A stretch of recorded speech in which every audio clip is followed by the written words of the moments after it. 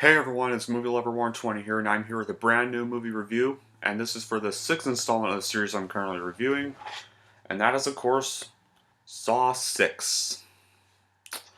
So, before I begin, I'm going to explain the plot.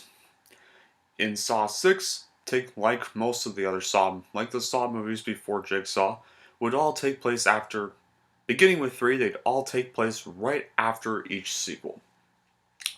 So, this one takes place after the events of Saw 5, where Agent Strom is now framed for all of Hoffman's crimes, and Hoffman is able to continue his legacy of being the Jigsaw killer. So yeah, Special Agent Peter Strom is dead, and Detective Hoffman has emerged as the unchallenged successor to Jigsaw's legacy. However, when the FBI draws closer to Hoffman, he is forced to set a game into motion, and Jigsaw's grand scheme is finally understood. So, to start off, the film as a series is kind of a mixed bag. The original Saws, like I've said, recapping again, one of the best horror movies ever made. I mean, sure, it's still some kind of corny acting here and there, but it's easily the best one in the series and easily one of the best horror films of the 2000s. Saw 2 and 3 were good sequels, not as good as the first film, but were each of the few sequels to be just as good and well flawed in their own way, and they still had what made the first film work. Eventually, sadly, the novelty wore off with the next two sequels, Saw 4 and Saw 5. Although, at least the fourth did have some elements of the first three movies, at least. The fifth one was just a bore fest. I almost fell asleep watching it. Like, hardly anything gory happened in 5, and when the gory stuff did happen, it sucked, it was boring, it was too tame, and half the movie was practically just flashbacks here and there. Basically, 5 felt more like some prequel how Hoffman became an apprentice. Saw 5 really should have just been a prequel about Hoffman. Would have been better, really. However, this not the case with this movie. Saw 6 is actually quite a major improvement over Saw 4 and Saw 5, and probably the 5th best in the series and was the best sequel since the 3rd. It's definitely still not a great film by all means. The dialogue is still weak, and technically that was never a strength in the previous films and still isn't. It's kind of still cheesy, half-baked, rambling, and contrived. Like, usually out of every performance in a Saw movie, only a chilling Tobin Bell with a much better used flashbacks this time around. Jigsaw continues to fascinate how the series does so well and setting him apart from most characters of his type. Fares well. The others are saddled with just characters that are bland filler or sorts of illogical decisions, are fairly perfunctory, and are just there to be victims in the traps. Ridiculousness was all over the previous films too, even in the first, but Saw 6 doesn't even escape that sadly either. The creditability and logic lapses are numerous and really big, and although the editing is not exactly refined,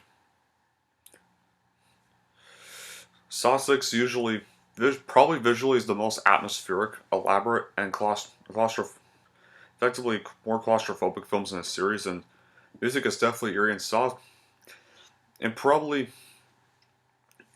the fourth best directed film in the series, with things literally being tightened and studied, and things that were excessively done in installments 3 to 5 toned down while still making this impact.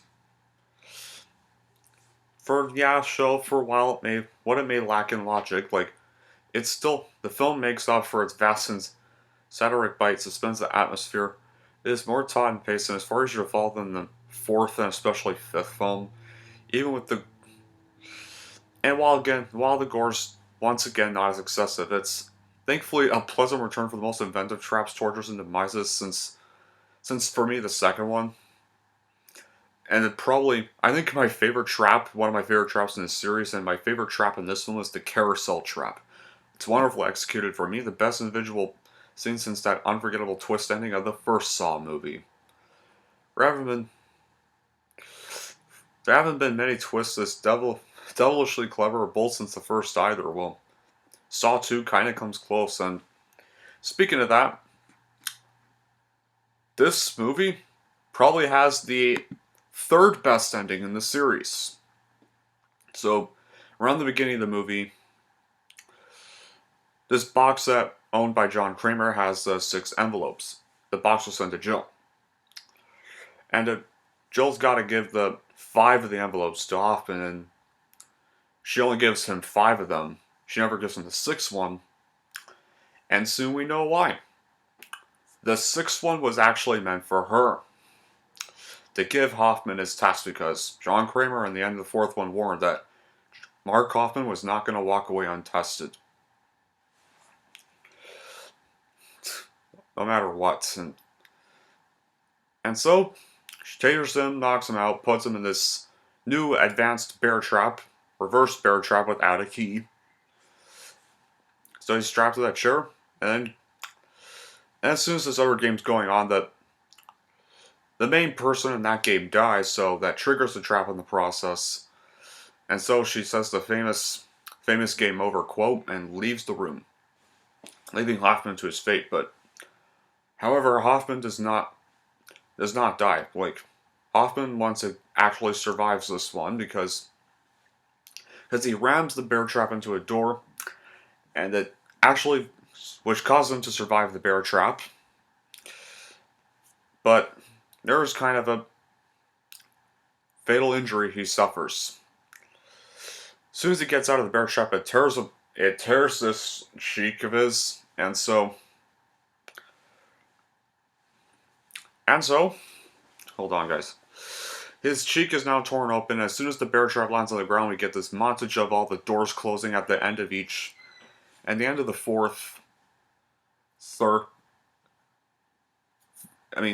montage begins with Jill closing the door, and then it cuts to when Mark Hoffman closed the door on Strom at the end of 4.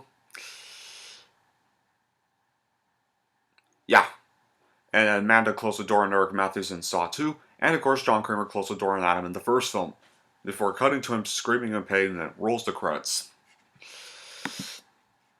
Unlike Saw 5, which literally just exists to set this one up, Saw 6 actually feels necessary despite the fears. As seen with contents of the letter from Saw, we actually get to know more about that letter that Amanda opened up from Saw 3 being revealed. And some questions are actually finally answered. Mysteries left unresolved are solved, like with the box, and Jigsaw's motives are a little clearer. Here, like I said, the ending is probably the most satisfying one since the first 2 movies, and probably the only sequel ending to not be obvious, incoherent, or contrived. And actually, it's a pretty sturdy ending by the series' standards. It makes sense. So yeah. Of course, this ending actually does kind of well set up the next movie. I wonder what the next movie is going to be.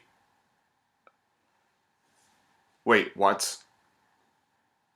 Wait, if this is Saw 6, that means the next Saw movie is... No. No. No, no, no, no, no, no, no, no, no, no, no.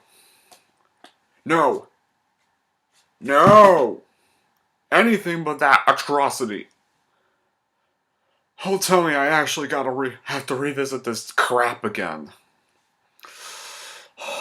We all remember this next one would be Saw 3D, the final chapter. Kill me, just kill me now. Oh my god, but anyway, here's how I'd rank Saw 6, despite what it sets up. I am going to give Saw 6 a 6 out of 10. Wow. It was good to at least finally review a good sequel, until everything had to go to shit again in the next movie. Well, anyway, that'll be it for this review, guys.